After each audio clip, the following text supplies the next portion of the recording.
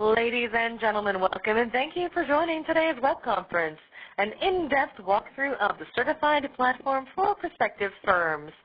Please note that all participant lines will be muted for the duration of this event. You are, however, welcome to submit written questions during the presentation, and these will be addressed during Q&A. To submit questions in writing, please select the Participants menu at the top of your screen and opt to Send Note to All Presenters.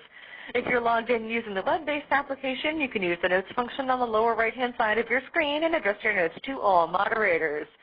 Should you require technical assistance, send a note to the ATT CES operator or call our help desk at 1-888-796-6118. Please remember that you'll get the most out of this event by being logged in on the web. And now with that, I'll turn the call over to Vaughn Tran, Director of the 8A program. Please go ahead. Thank you, Tegan. Hi, everyone. I'm so excited. We are ready to launch a new system, certify.sba.gov, for our AA application process. So I am excited, as you can tell. But thank you so much today for joining us on this Thursday afternoon to learn about Certify. What is Certify? Is an overview of the system, and then we're going to show you how to go in and register and log and all this wonderful information using our new system. So I'm really looking forward for you to have a great user experience. So I'm going to give to Stephanie Grosser, who has been a tremendous help. She's from the U.S. Digital Service Team from the White House, and she's awesome.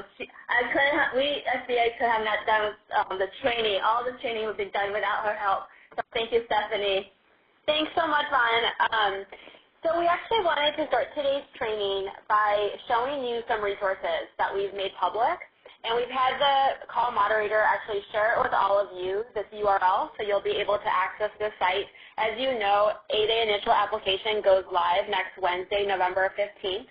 But if you're eager to prepare, then you could use these materials now to get started so that you could go ahead and submit your application on the 15th. And so the first thing I wanted to highlight was in the middle section. What we've launched is a quick start guide, and that basically is a short document that takes you through how to do basic tasks within the Certify system.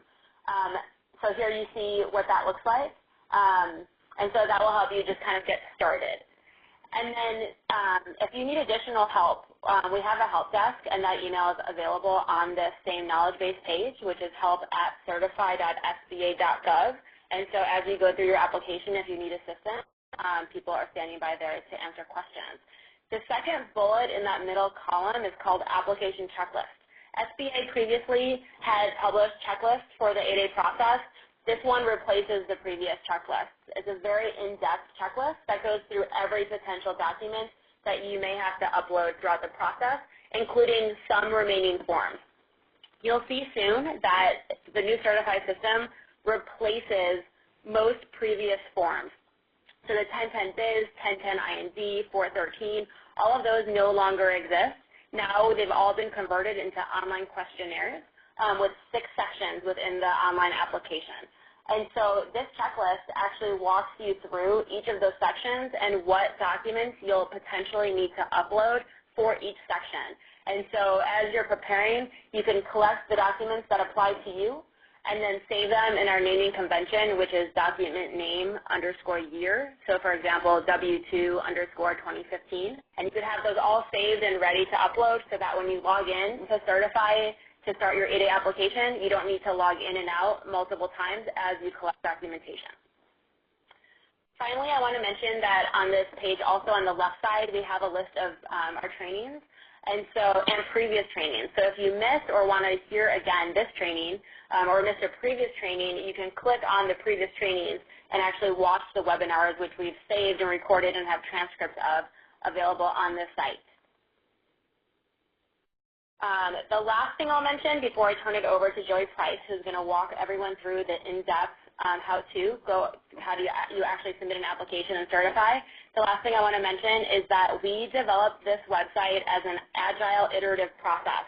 That means that we didn't build in every single functionality, and there may be a couple glitches here or there. The system will work, and it's going to be, we've had firms come in and test it, and they've really, really enjoyed using it. But any suggestions you have on how to improve the site, we're going to be launching improvements every 2 weeks after the launch date of November 15th. And so there's in the third column, in the What's New column, there's a line here that says, we want to hear from you, and then there's a link to send us your suggestions. So as you apply, if you have any recommendations to make the process or the website easier for future firms, go ahead and submit them there, and we will put those in our backlog so our engineers can get to those. And with that, I'll turn it over to Joey Price so he can do the in-depth walkthrough of 8A initial application on Certify. Thanks, Effie. And Vaughn, I also echo your excitement. This has been a wonderful process thus far. And firms tuning in today, I hope you really understand just how great this process is going to be for you moving forward. So what we are going to cover on our call today are a few things, and we really would like for you to pay attention to the visuals of this because this is a total hands-on environment, and you'll want to orient yourself with how to click and where to click. So the things that we're going to cover today are, one, how to create an account in the Certify system, how to log into the Certify platform. We're also going to cover how to begin and submit an initial application, and we're going to discuss how to interact with FDA analysts when additional information may be requested. So if you think of questions, go ahead and write them in the chat box, and we're going to address those as we go through the process. So let's begin. And you are seeing the certify.fda.gov homepage here, which is going to be the launching point for logging into the system. But I wanted to call out another website that you may or may not be familiar with as a firm, and that is sam.gov. We're just going to touch on this very briefly and let you know that in order to do business with the government, you have to register in the sam.gov. Also, you have to make sure that you have a verified profile here before you can continue in Certify. And this is Stephanie. I'm going to be giving easy some tips throughout. And so one tip I have is if you're registering in SAM on one day, like let's say next Wednesday, you probably won't be able to submit your application for Certify that same day because sometimes it takes SAM more than 1 day for your account to be active. So just because you submit your information in SAM for your account doesn't mean you're active yet. You have to wait for your profile to become active in order to apply to Certify. Thanks, Stephanie. Now we're going to go ahead and jump into the actual application process of the certify.fda.gov. For first-timers, you're going to log into the section that says Get Started right here, this orange button on the right side of the screen. And then we're going to go ahead and create an a certify.fda account, which requires your first name, last name, email address. And also, as I'm typing this in, I would like to inform you that it is helpful if you type in your email address both times. If you fail to type in the correct email address and you get a confirmation, it's going to be sent to the wrong address. So that's going to require you to complete this step all over again. Next, we are at the password section. This is also a place to pay close attention because we use something called passphrases and not just passwords. So you can't just have 1, 2, 3, 4, 5. You can't have cat. You can't have dog. You can't have password. It's a little bit stronger than what you're normally used to, and that's to protect your information in the platform. So we have provided here on the Certify website, as you go through this page, some helpful tips to include when you think about making your password. And we also have this passphrase strength meter here that will show you the strength of the password. You should aim for a strong password before you continue in the process. So I'm going to show my typing at this point so you can see the type of level of detail that we prefer when doing your password. And again, I'm going to type this so that I make sure that there's no mistakes. And this is Stephanie. I'll just add that no hyphens are necessary, but you can have them if you want. You also don't need a special character. It works with just 4 random words. As you can see, Joey put in 4 words. He used hyphens and an exclamation, which is fine. But some people have a hard time because this is a different logic than other passwords are used to. But if you just remember just 4 random words together, we'll get you through this. Right. So yeah, and a great point, Stephanie. And we just want to make sure that you have a strong password. So however that works for you, by all means, move forward. So I'm going to accept the terms and conditions here, which you can also see as well the disclosures and terms that we require on the site. Then I'm going to click to make sure that I'm not a robot. And a CAPTCHA comes up that asks me to select all squares with vehicles. Now your CAPTCHA is going to be a little bit different. It's not always the same, but you're going to click through all of the images that have a vehicle. Let's make sure there's no hidden vehicles in there somewhere. All right, I'm going to do another one. Does a bike count as a vehicle? No. All right, cool. All right, so we were able to select and access the system. Now I'm going to go and create an account. All right, thank you, Joey. It says that I'm going to get a verification link to my email address within the next 48 hours. The system has been working pretty quickly so far, so you don't have to wait those 48 hours. You can actually log into the system now. Matter of fact, I'm going to go into my email address to make sure that it's there. But if you don't see the email, you want to make sure that you add certify@sba.gov to your contact list, and then you also want to check your spam or junk mail folder. All right. Okay, so we can see that I have received the account sign-up confirmation. So I'm going to click the link that says activate my account, and now I'm taken back to the sign-in screen.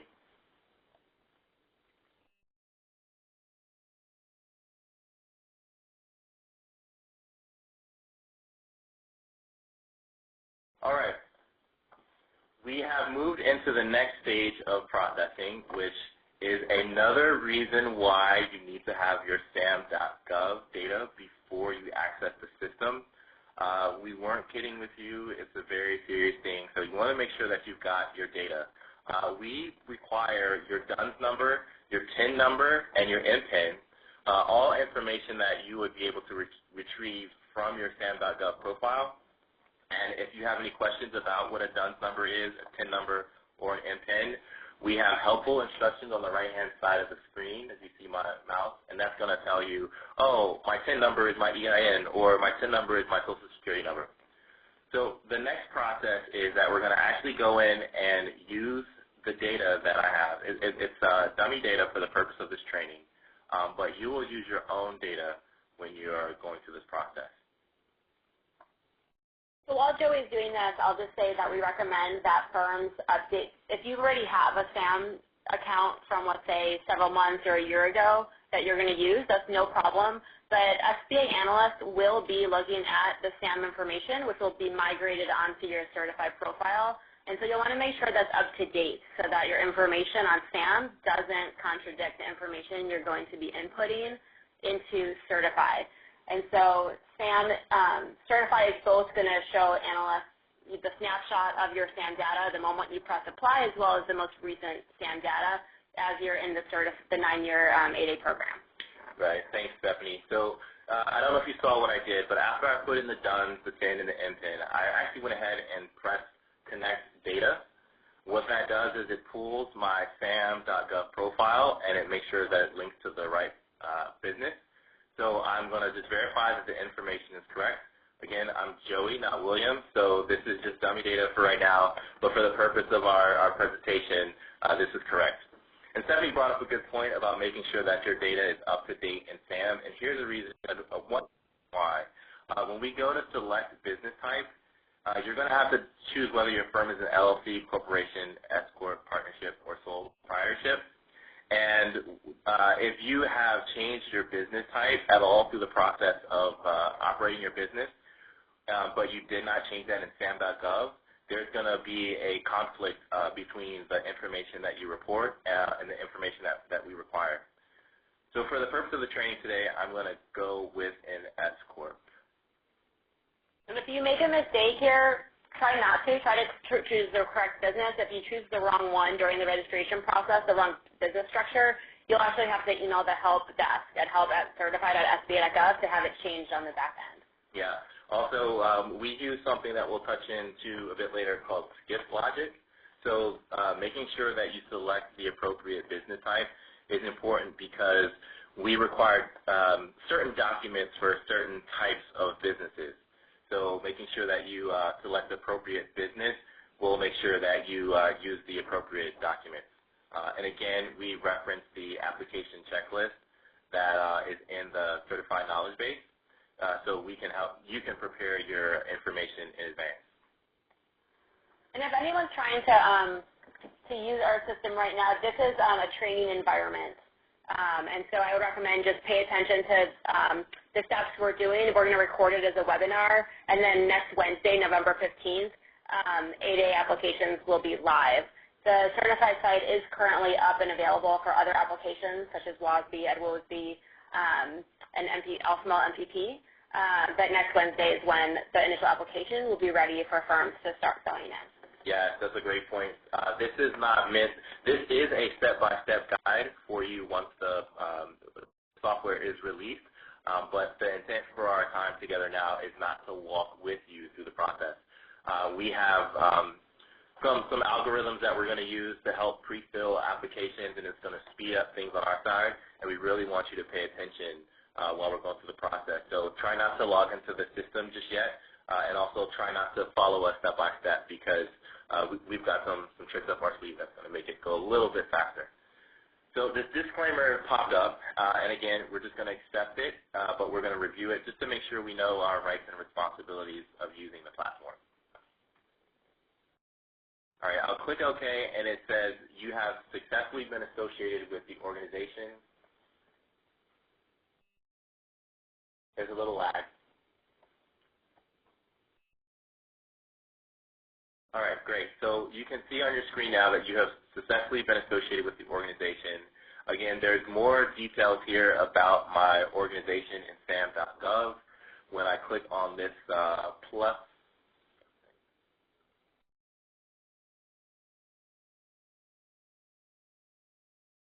one second, we've got a white screen. I just want to make sure that everything is okay.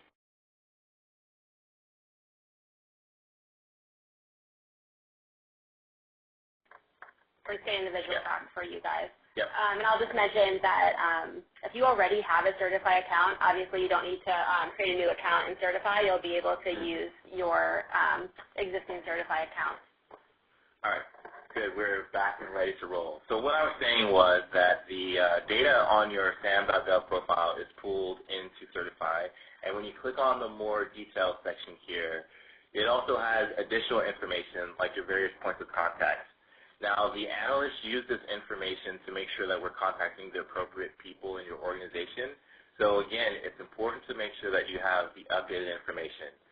If people have exited your organization and your contacts need to be replaced, make sure that you are able to update that within sam.gov. And I would suggest inputting it into sam.gov and then giving it 24 hours for the system to register. So this is a screen that happens once we've associated the organization. And for the purpose of our training right now, we're going to go and get started on our 8A initial application. What pops up next is a disclaimer screen. We want to read that. Again, make sure we are aware of our rights and responsibilities under the program. And then we'll just hit accept. And we are getting ready to start inputting information.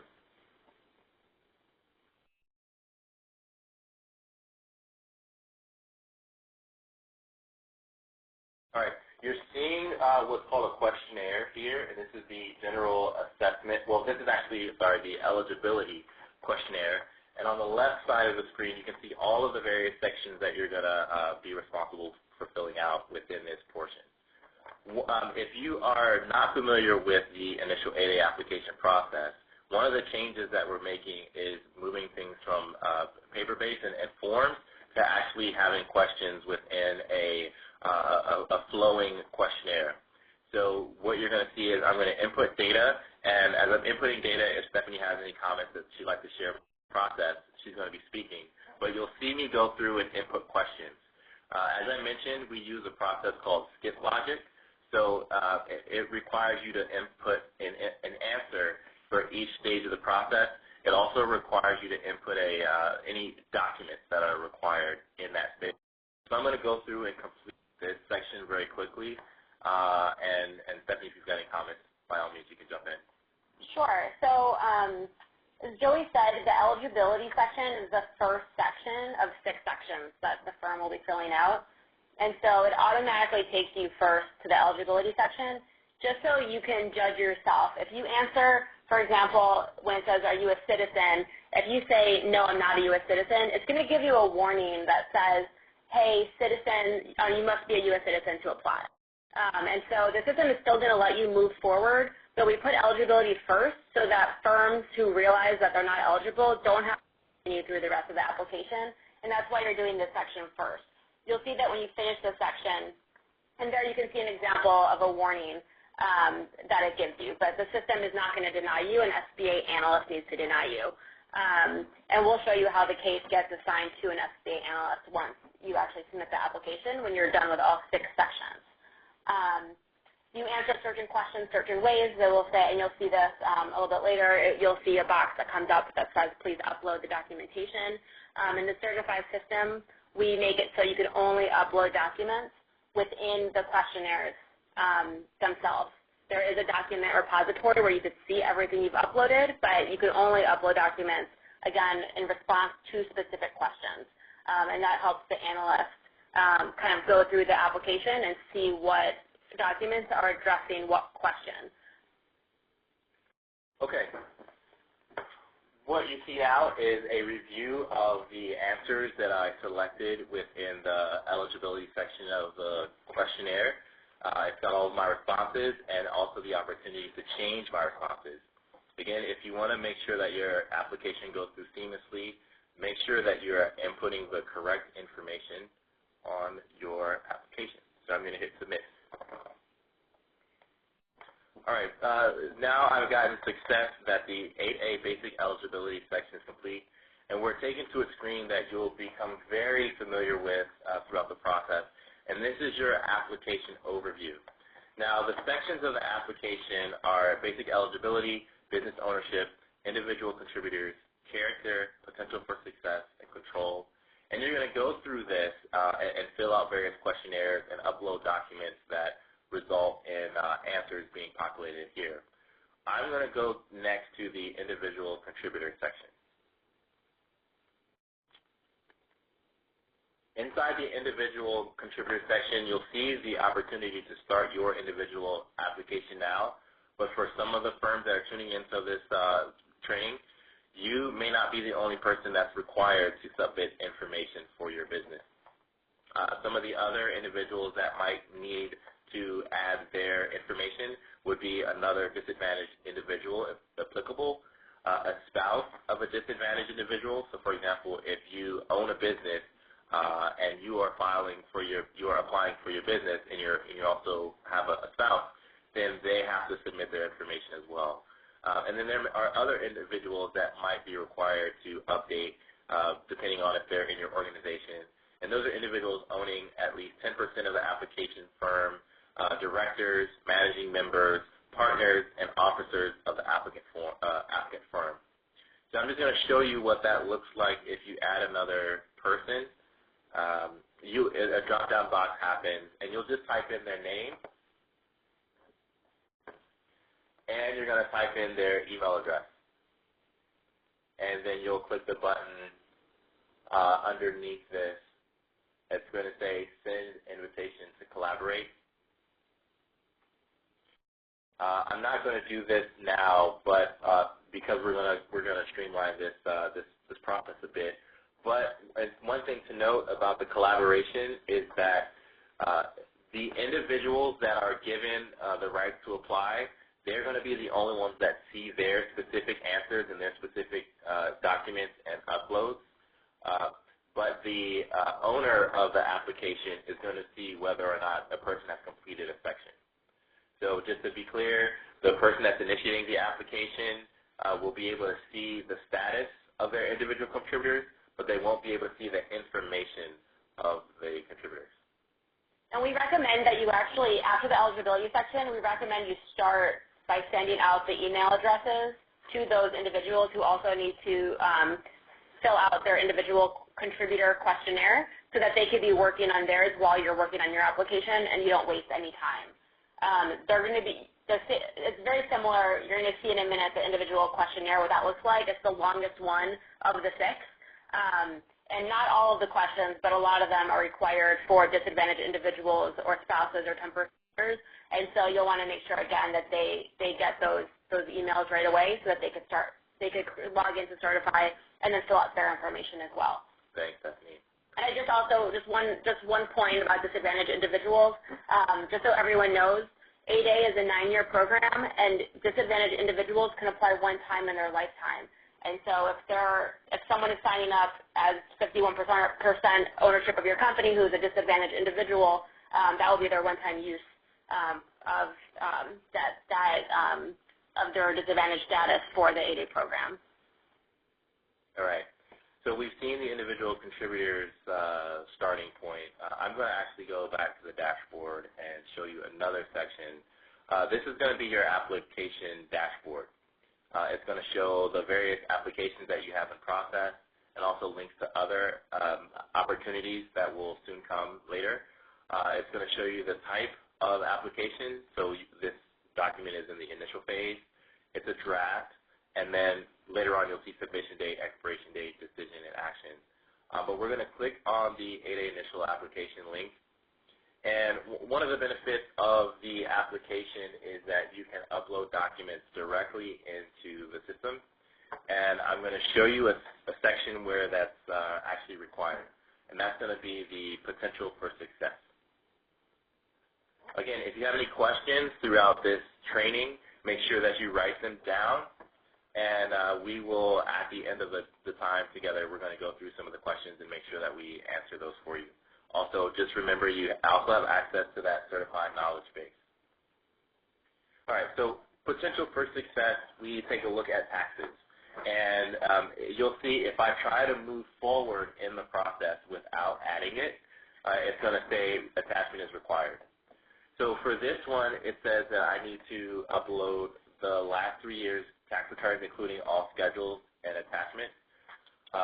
So I'm going to click the added required document, and I'm going to go to upload. Since I don't have any documents in my document library at this point, a new firm applying wouldn't have any. So I'll click upload. You see this box drops down. And again, there's a reminder of the file name convention. So for example, file name _year. Also, while we are here talking about documents, it's important to note that only PDFs are accepted by the system, and only PDFs under 25 megabytes are accepted by the system. So as you think about the documents that you're applying in your, or compiling in your checklist, just make sure that you are converting them to PDF format and that the size of the document is under 25 megabytes. Also, please don't password protect any files. In the past, firms have done that, but Certify is a very, very secure system, so there's no need. If you do password protect something by mistake, the FBA analyst assigned to your case will just ask you to re-upload it with password protection. Yeah, you don't need password protection, and we actually have this platform. There's a virus scanner as well to protect you, but we make sure that you upload documents through the platform because we found that email can be inherently risky, and sometimes your data is not encrypted. So we have created this process and this platform to protect your PII. So I'm going to move forward and choose the PDF file. And that PDF file is going to be a tax return from 2016. So here you see that there's a last chance for me to go in and make changes to the name of the document so that I can comply with the naming convention of file name _year. Thankfully, my tax return is already filled out this way. You can also see that there's a drop-down box to select the document type, which is important because when reviewing your application as an analyst, they need to make sure that they can find the appropriate information for the question that's being asked. And so this is a fail-safe to make sure that the documents that are uploaded correspond to the appropriate question.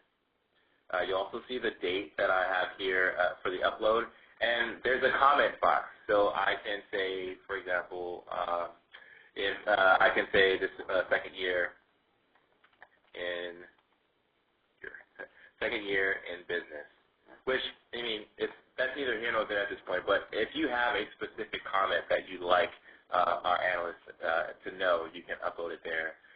So I'm going to go ahead and press upload, and you can see that the document has been added to the system. The type reflects the document, there's the date, and also has my comments. So I'm going to go ahead and click continue.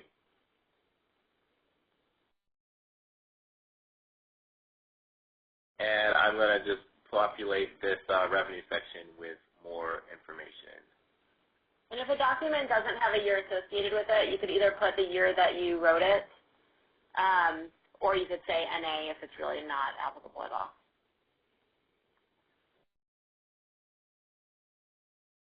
All right, almost done here. Again, I'm going to try to bypass the system by not attaching the file that's requested, and you'll see that, again, the attachment is required. So, again, just to stress, before you go through the process, make sure that you gather your documents.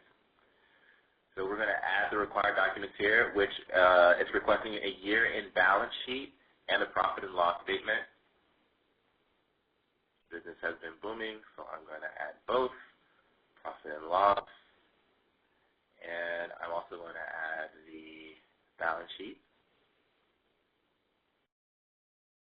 Okay, now for this question, you see that right away they've been assigned as both balance sheet, but in the drop-down box, you can see I can actually select between the two items that have been asked.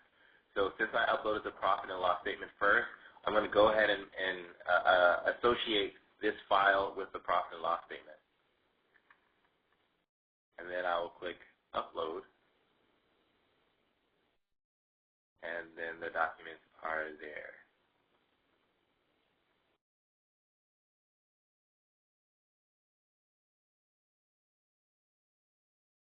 Also, we realized that this process might be too much for one sitting. So every time you hit the blue continue button, the application actually saves your information up to that point. So if you needed to, you could log out of the system, go about your day, and then complete the application at a later time. And at this point, I'm going to move forward, and I promised that we would make this a bit quick for you. So I'm going to go and upload and pre-fill information. So I just want to mention that there's a second way to upload documents. When you saw that document upload box, you could either upload a file from your computer, or you could choose to use your document library. So if you want to reuse a document that you previously uploaded, then you could just click View Document Library, choose a document from there, and then associate it with this, that question. And that will be especially helpful for when we launch annual updates for 8A firms. So 8A firms, if you're new to the program, which you all are, have to renew their eligibility every year during the 9-year program. And so instead of having to re-upload the same documents over, if you need that same one, you can associate your case, your previously uploaded files. One more thing I want to mention is that you see that there's these questionnaires that used to be forms. There are still a few forms that haven't been digitized yet, and those mostly are the forms for specific groups like tribally owned companies or Hawaiian, Alaskan community development corporations. Those forms are still all required for you to actually print out, fill out, and then scan in. If you go to the application checklist, it has a list. It includes all of the forms that you would need to actually print if applicable. Another example is the fingerprint form. If you are in a category of folks who have committed a crime with certain parameters, then you'd have to print that fingerprint form, get it filled out, get it taken at your local police station, and then scan that in. Nothing will be required to be mailed in to SBA anymore. Everything is electronic, even for the forms that are remaining.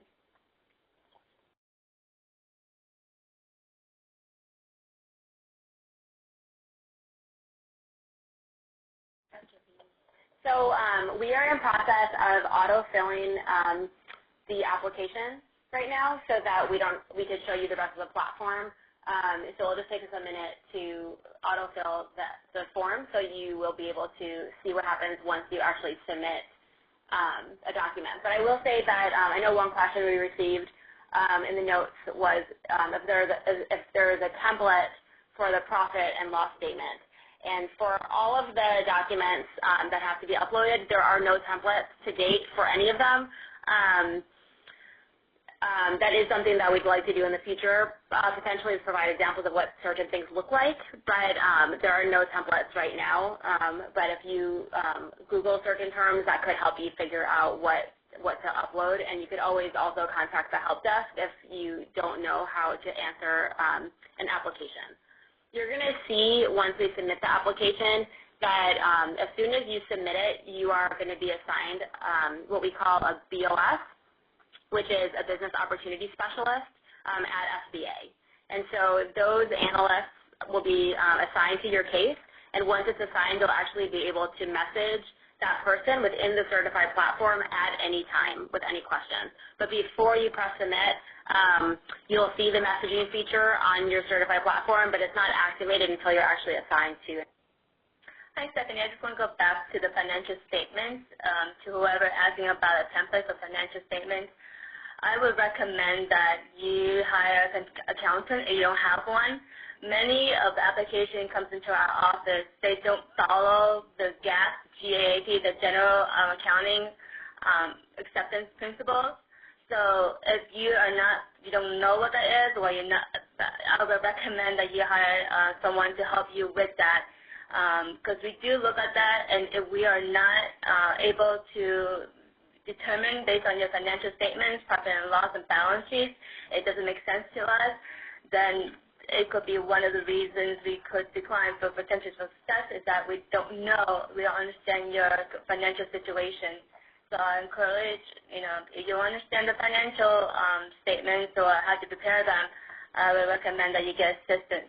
Our resource partners also are out there to help you as well. So you don't have to hire an accountant, but there are resource partners who are able to help you with the completing of financial statements.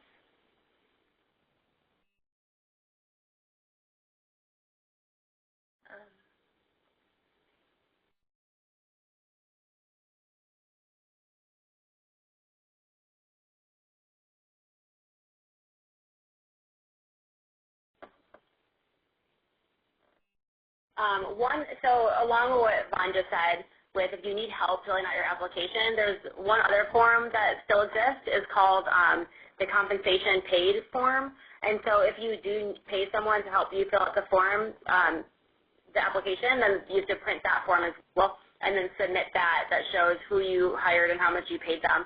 And that will not disqualify you from the program in any way. It's something that SBA tracks to make sure that no one's taken advantage of as they go forward. Correct.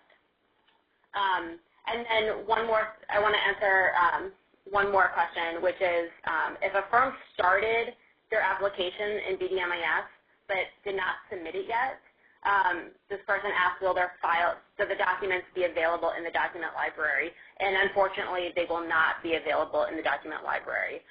However, if you did submit an application and then you withdrew it, then your files would be migrated to the new system, and they would be there. But if you haven't submitted it yet, then they're not going to migrate it over. So just to add on to what Stephanie is saying about, so if you have submitted your application through BDMIS, and then you have uploaded the documents in Certify, but it's a different site though. It's not the certify.sba.gov. This is the one that's certify.sba.gov/HA-docs. So that is the website where you upload your supporting documents. If you withdrew or got declined, those documents, like Stephanie said, when you reapply next time, it will be transitioned over to the new certify.sba.gov system as of November. But for those applications in the process, if your application is in the process, right, and we have received the application, we're processing it, and we said that we need additional information, please continue to use that website, the original, the uploading one, the certify.sba.gov/HA-docs, right? That's the system where you just upload your documents. Do not go into the new system and upload your documents. That will create confusion. So now we have all of the sections completed, and so Joey will continue taking you through the process. Yes. So I'm going to show you a section that is the dashboard. We're just going to back out of the application overview for a second. If there ever comes a point where you need to delete your initial application, you can do that from the dashboard. So you would hit the delete button. But a point to note is that if you delete your application, your documents will still be saved in your profile. So there are many reasons why a firm may choose to delete their application, but we still will have your documents on file in case you choose to apply again.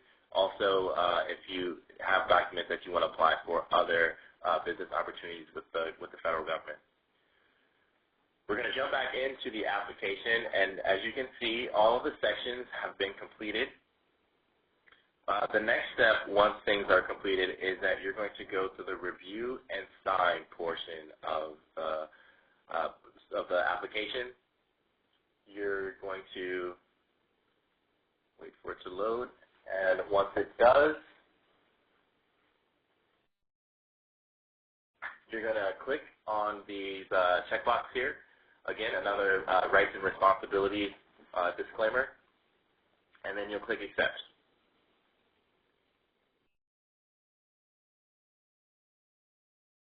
Okay, so the application has been successfully submitted, and Stephanie's got a point to note here. I just want to note that we had 3 firms come in last week to test the application using fake documents, and it took them between an hour and 25 minutes and an hour and 45 minutes to go from creating their account through the press submit, just to give you guys a sense. And that it will take obviously longer to collect your documents and to associate the right ones for each question, because they were just uploading a fake one for each time they needed a document upload. But that just to give you some sense of how long it's taken firms who we've brought in just to do user testing before launch. All right, so now you can see that our program participation status is in pending. My colleague Megan is actually going in and logged in as an analyst to make sure that we can be accepted by the SBA for processing, and you'll be able to see the next stage of the application.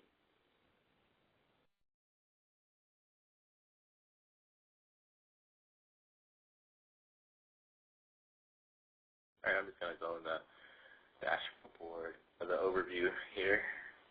And I'll mention that we do have notifications set up in the system so that when SBA contacts the firm about your case progressing, you will receive not only a notification within the system, but also an email notification letting you know to sign into Certify because an action has been taken.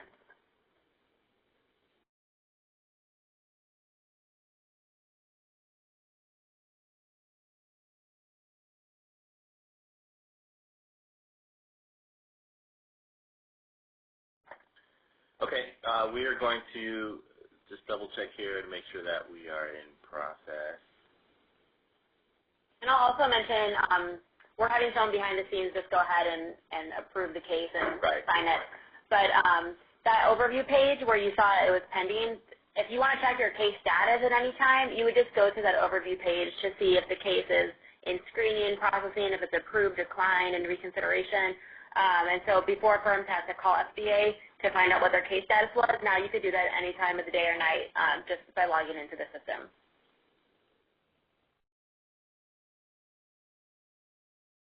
And so while we're waiting for this to populate, I'm just going to show you a few features of the application.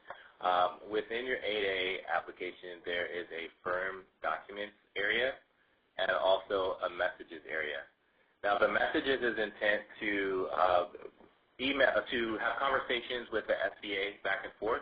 The idea is to drive communications to inside the platform and not through email. Again, that is to protect your PII and also to make sure that you are getting the latest information as it results in your system and in your application.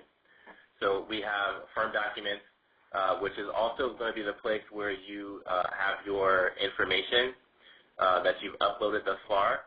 As you can see on the screen here, it'll load very shortly, but I have my tax return, profit and loss, balance sheet, all those are the information that I shared before. And then you can click on them to access and download those again. You see that my comment section is active and the comment is retained. And you can actually see archived documents as well.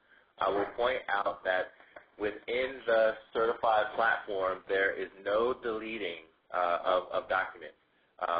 So what that means is when you remove a document, you will not have access to it in your application, but it is archived for SBA purposes.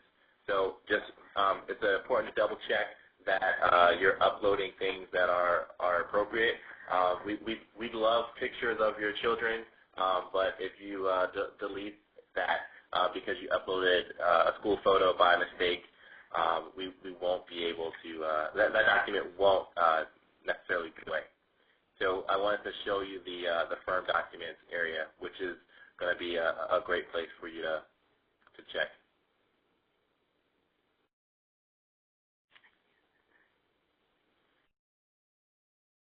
All right, let me see. Okay, so also the messages platform, I know I touched on it briefly, but when you send messages, you can actually do rich text editing. So if there's a message that you copy and paste from Word, you're able to copy and paste and retain some of the formatting. So as an example, I'll just send a text message.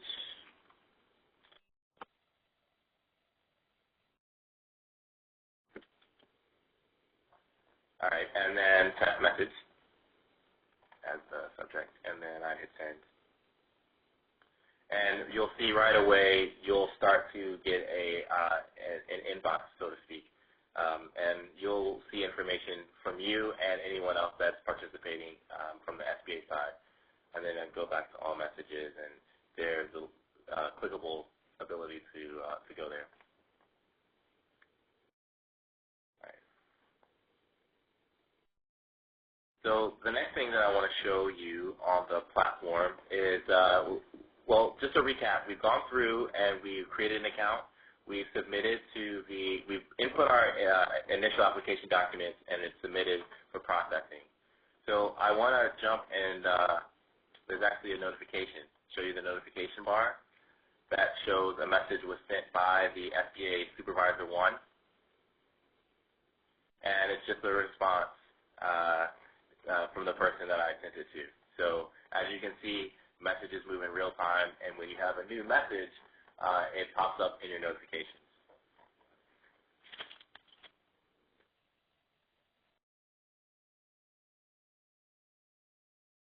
Yep. All right. So we've submitted our application, and I'm going to go back to the overview here. But what does it look like if you submit your application and it gets returned for one reason or another? I want to show you that. So on your dashboard, as we mentioned previously, you are going to be able to see various status updates. So if your application is sent back from the analyst saying that it requires more information, you're going to see a status that says updates needed. And you'll be able to log into the initial application and see on the right-hand side a new box that pops up that says the SBA has requested some additional information. You will also be able to see the sections of your application that have been returned for edits. You'll be able to go in, log in, and click in the boxes to see what areas needed more information. And there's also going to be this information detailed in the messages associated.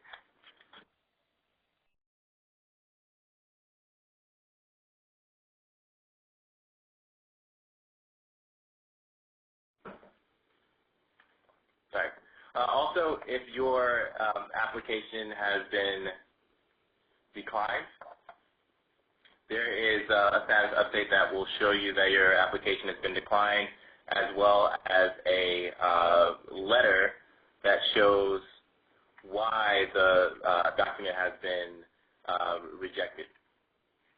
I just want to make a note to the decline comment. So if the associate administrator of business development declines your application, the system will generate a special email notification, right? So you get a notification in your Outlook or an email saying that your application has been declined. It will not contain the decline letter, but you will need to log into Certify to look for that decline letter and find out why they have been declined. And on the decline letter, it will tell you, for reconsideration, you need to submit X, Y, and Z. The key point here I want to make is that notification in your email box starts the 45 days. So if the AABD sends an email, he or she makes her final decision, and it was a decline, and the system will send a notification to you on a Friday afternoon, that starts the 45 days notice. All right. Also, when your application has been declined, you'll notice that there is another box here that says Reconsideration, and this is going to, when you click it, it's going to allow you to attach any of the documents that were requested by the SBA so that they can make a new determination about your application. And just as an example, I'll show you very briefly this decision letter and the level of detail that's involved, which gives you a lot of helpful feedback on how to respond to the decision letter and what determinations went into making that recommendation. So the letter is very detailed in the sense that it helps you know what to do and how to respond.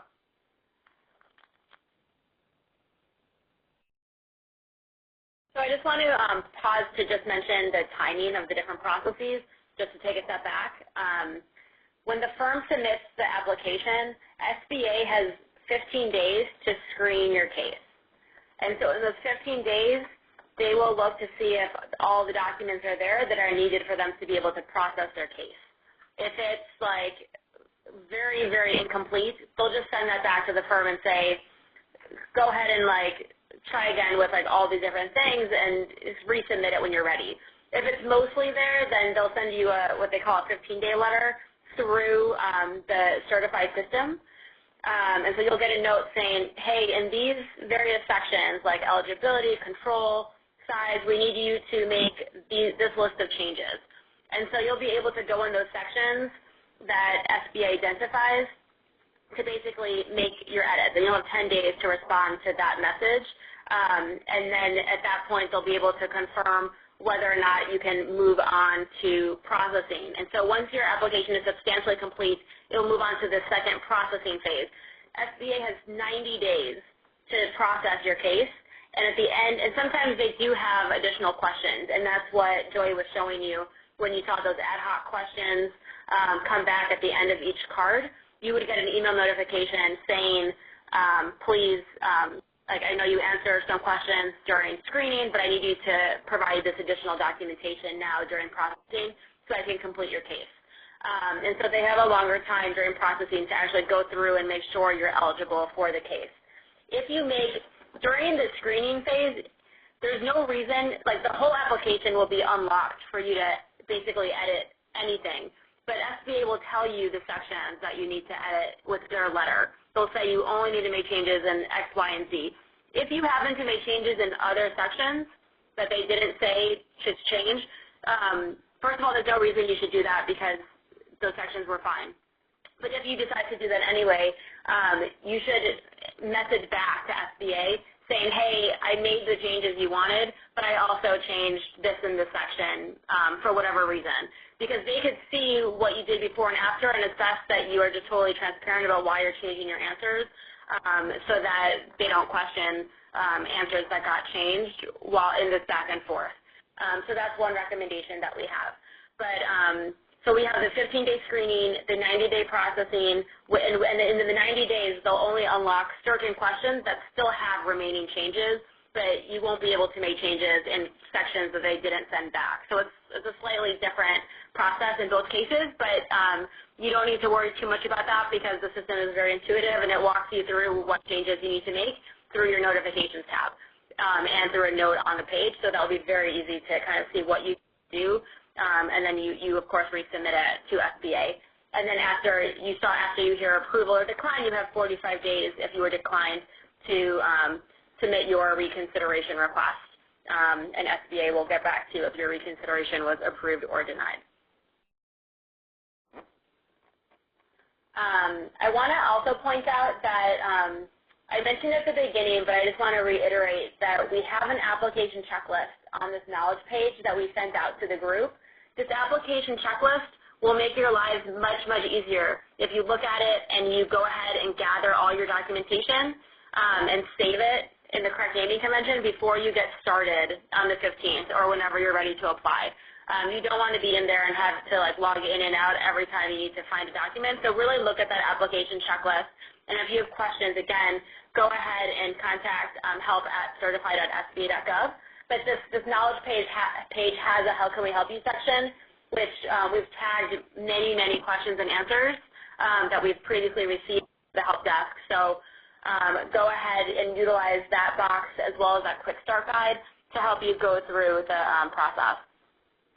And just to add on to Stephanie about this certified knowledge base, we have been providing training to our resource partners like PTAC, SBDC, SCORE, who are familiar with Certify.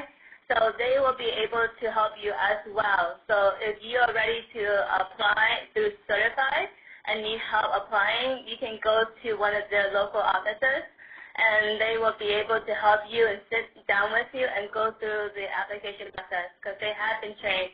And also the district offices as well. We have provided train the trainer to the district offices, resource partners. However, one limitation of this is, so there are limitations. I mentioned that this was an agile process, and so we haven't been able to do every single thing that we want to do yet, but as I said, we're going to launch features every 2 weeks. In the MVP, the first product that we're launching next Wednesday, and I'm not sure when this will happen, but one thing we do not have is the ability for a firm to give permission to a third party to complete the application for them. In fact, it's required that the firm owner is the one that sets up their Certify account by law here. And so what you can do if you want to hire a third party is have that third party sit with you and help you during those 2 hours as you fill out the application to make sure you're doing it right. However, we want to stress that that's not necessary for you to do this. You don't need to pay someone to help you walk through. I know some firms pay a lot of money to have a firm do this, but resource partners, again, are there to help you, and so is SBA. But I wanted to point out that one limitation. We also got a question about contributors and how will you know that the contributors had finished filling out their application.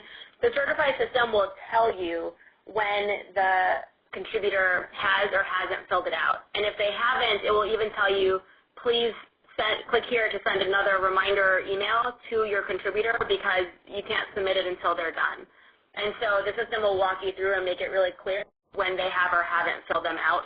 But you are required to put in all those required emails so that they do fill it out. If you forget to list your spouse, for example, and then you submit your application and it's clear that you're married throughout your application, SBA is going to get back to you and you'll have 10 days to have your spouse at that point fill out their spouse application. So it's much easier if you just do it and don't wait to do all of the extra contributors until after you submit your application. One other question we got was if you have the wrong EIN number, how do you fix that? You'd have to go into SAM to fix that if you have the wrong EIN number.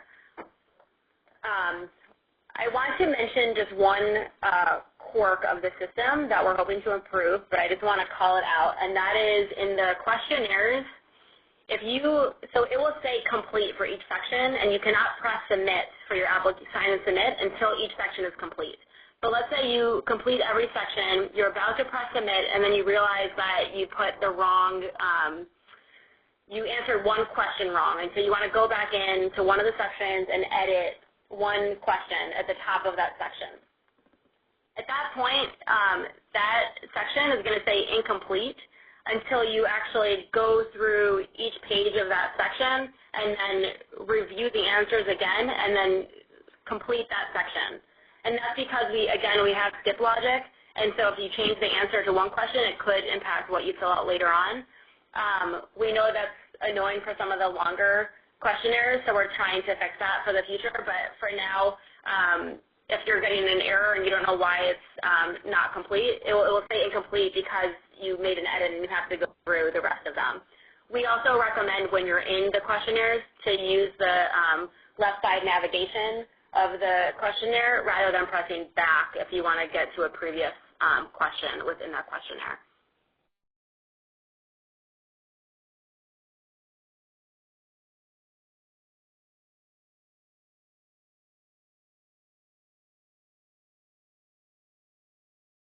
Okay, we have one more, thanks for hanging in there with us. We have one more feature of the application process that we really love to show you very briefly. If you notice on the application dashboard here, previously the status was in processing, but processing means that it's over to the SBA and they're reviewing the information. But sometimes it may be required that they return it back to us as a firm, or they return it back to you as a firm to make more information or to add updates.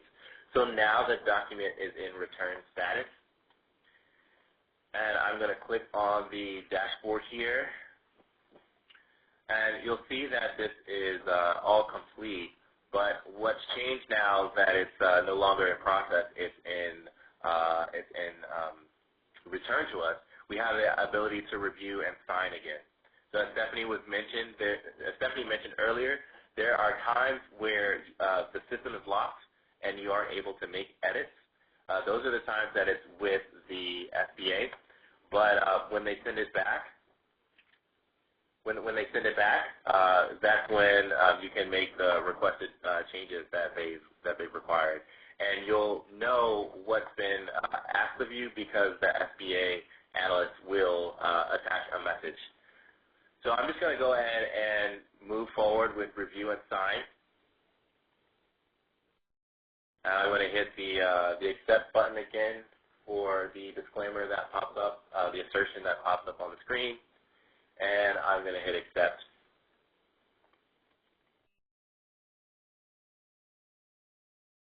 And then our application has been resubmitted and it's back to pending status.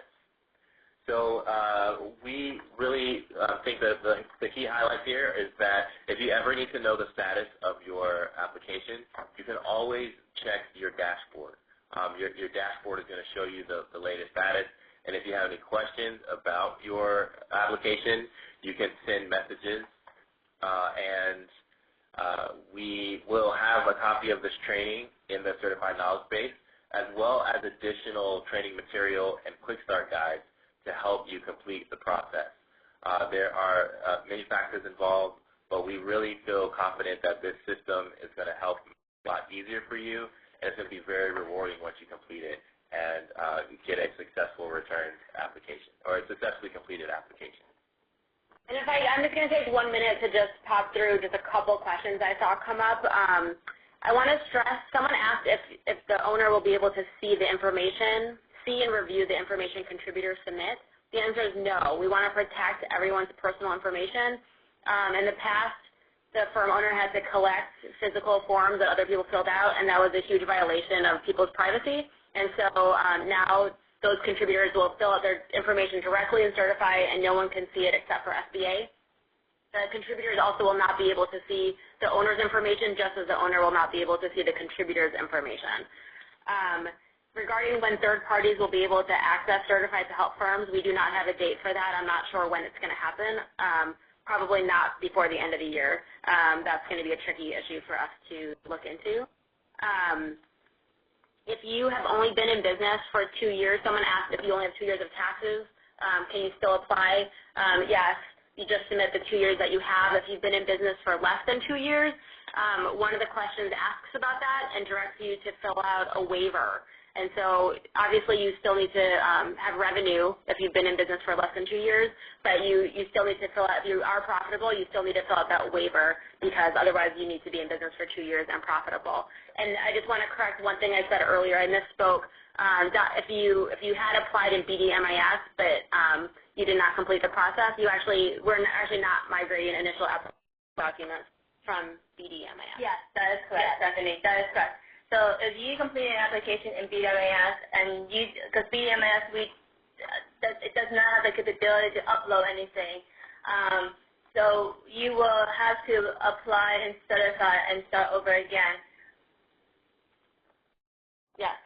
And then finally, regarding attaching documents, firms do not have the ability to attach documents to messages, and they also do not have the ability to upload documents within their document library. The only place firms can upload documents is within the questionnaires.